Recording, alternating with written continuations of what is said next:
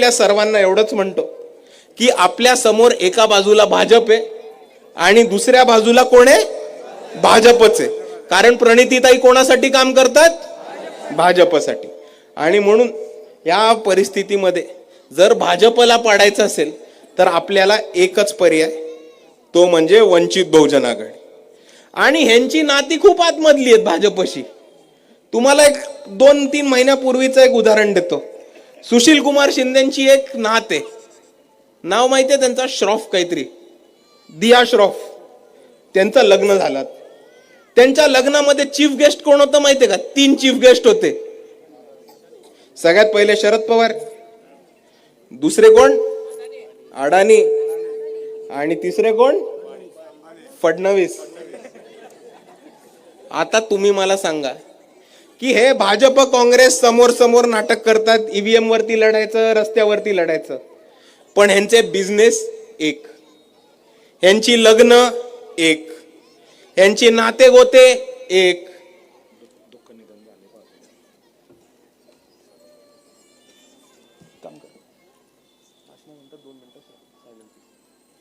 यांची नाती गोती एक, यांचे सगळे धंदे एक. आणि प्रणितीताईंनी प्रवेश घेतला की ह्यांचा पक्ष सुद्धा एक. आणि म्हणून आपल्या सर्वांना म्हणतो की काँग्रेसच्या नादाला नका लागू. तुम्ही काँग्रेसला मत दिलं म्हणजेच भाजपला मत दिल्यासारखं होतं. हे मी अख्ख्या महाराष्ट्राच्या काँग्रेसबद्दल बोलत नाही, हे मी फक्त तुमच्या सोलापूर बद्दल बोलतोय. कारण सोलापूरची जी काँग्रेसचे अध्यक्ष आहेत, खासदार आहेत, त्या सरळ सरळ भाजपसाठी काम करतात. हे आता अख्ख्या जगाला कळून चुकलेले. मित्रांनो, 2016 पासून 2017 पासून ज्या एका निवडणुकीची वाट बघत होतो, ती निवडणूक आपल्या सर्वांसमोर आलेली आहे. आणि आपल्याला 10 वर्षानंतर, तब्बल 10 वर्षानंतर, इतके वर्ष सोलापूरमध्ये झालेला भ्रष्टाचार मिटवून आपल्या स्वतःची हक्काची सत्ता आणि आपल्या हक्काचे नगरसेवक निवडून द्यायची वेळ आलेली. मी हा 10 वर्षाचा भ्रष्टाचार मानतो.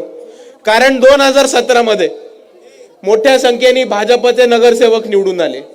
आणि ज्या प्रकाराने सोलापुराची विकास कामं करायची होती, या नागरिकांची विकास कामं करायची होती, नागरिकांची विकास कामं करायची होती, ती विकास कामं न करता इथे फक्त आणि फक्त सरकारची तिजोरी खाली करून स्वतःचे खिसे भरणं, स्वतःच्या घरामध्ये पैसे आणणं, स्वतःच्या कार्यकर्त्यांना, स्वतःच्या चेले चपाट्यांना आणि स्वतःच्या चाकऱ्यांना कॉन्ट्रॅक्ट कसे मिळतील, टेंडर कसे मिळतील, याचे राजकारण करून सोलापूरची तिजोरी खाली करण्याचं काम केलेलं आहे.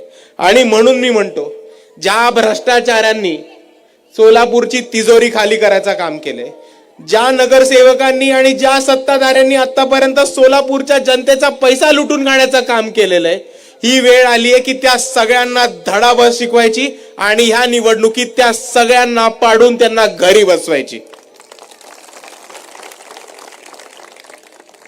कारण मित्रांनो, 2017 नंतर निवडणुका होणार होत्या, 2021 मध्ये निवडणुका होणार होत्या, पण कोरोनाचं काळ सांगितलं, कोणी उद्धव ठाकरेंचं नाव सांगितलं, कोणी एकनाथ शिंदेचं नाव सांगितलं, आणि काही लोकांनी ओबीसी आरक्षणाचं नाव सांगितलं. आणि त्याच्यामुळे 2017 नंतर निवडणूक ही डायरेक्ट 2026 मध्ये होत आहे. पण मित्रांनो, भाजपच्या नगरसेवकांनी जो लूटमार केली, त्याच्यानंतर अजून एक काळा काळ आला होता. या काळ्या काळामध्ये प्रशासक, शासकीय प्रशासक हे सरकारकडनं नेमण्यात आले होते. हे प्रशासक कोणाचे होते? भाजपने नेमले होते. काम कोणासाठी करत होते? भाजपसाठी. आणि इकडे लुटण्याचं काम कोणाला करत होते? तर सोलापूरच्या नागरिकांना. तर मित्रांनो, मुद्दा समजून घ्या.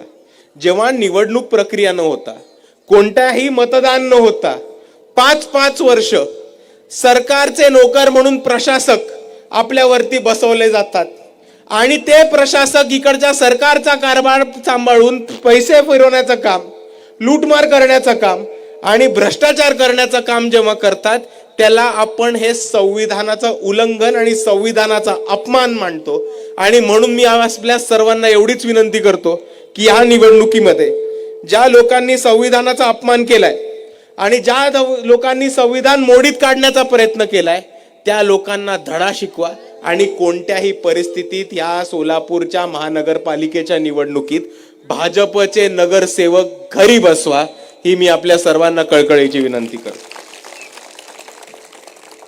आणि मित्रांनो, जेव्हापासून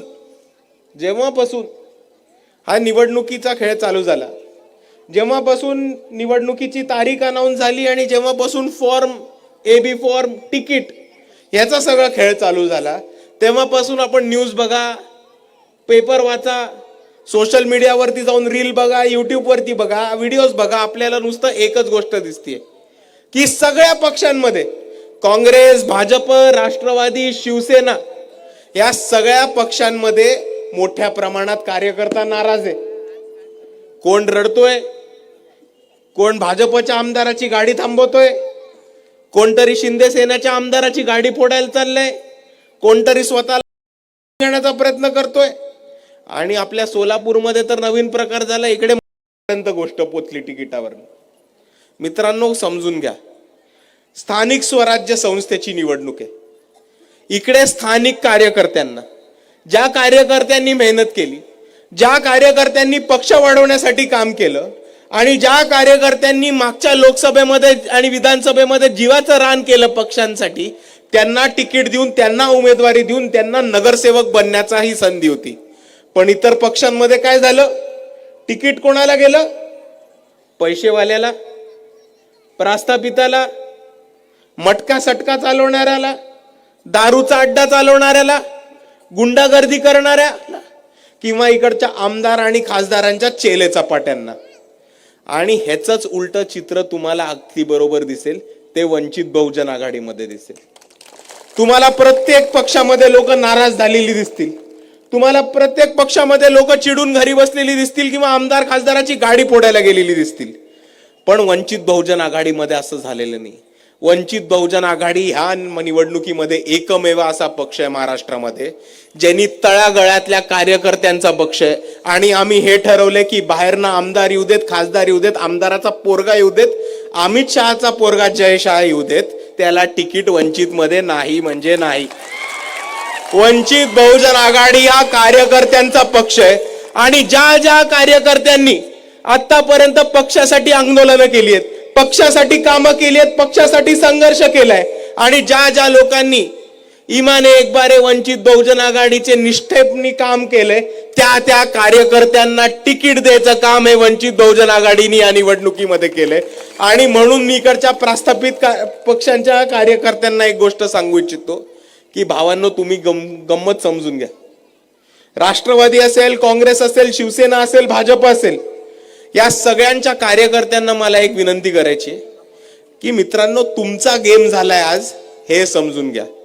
तुम्ही पक्षासाठी केसेस घेतल्या, तुम्ही पक्षासाठी आंदोलनं केली, तुम्ही पक्षासाठी संघर्ष केला, तुम्ही आमदार खासदार निवडून द्यायला तुमच्या पक्षासाठी मेहनत केली. पण जेव्हा तुमची निवडणूक आली, जेव्हा तुम्हाला तिकीट मिळायची संधी आली, तेव्हा आमदार आणि खासदारांनी पैसे घेऊन तिकीट वाटलेत. आणि दुसरी चित्र तुम्हाला वंचित बहुजन आघाडीमध्ये दिसेल.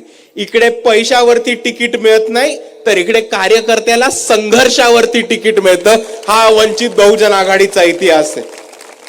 आणि त्याच्याहून पुढे मी जाऊन सांगतो, मागच्या विधानसभेमध्ये 36 उमेदवार हे युवकांना उमेदवारी देण्याचं काम वंचित बहुजन आघाडीने विधानसभेमध्ये केलं होतं. आणि ह्याच महानगरपालिकेच्या निवडणुकीमध्ये 50% जास्त उमेदवारी ही युवकांना देण्याचं काम वंचित बहुजन आघाडीने केलंय. आणि त्यातले एक आपल्या सर्वांसमोर उभे पण आहेत.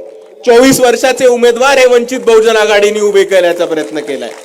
आणि मागच्या नगरपालिका, नगर परिषद आणि नगरपंचायतीच्या निवडणुकीमध्ये आपण जर बघितलं तर वंचित बहुजन आघाडीला खूप मोठं यश आलेलं आपल्याला दिसतं. पण त्याच्या मागे पण समजून घ्या, तिथे वरती फोटो लागलाय, अरुण आबा जाधव कोलाटी समाज नगरसेवक झाले.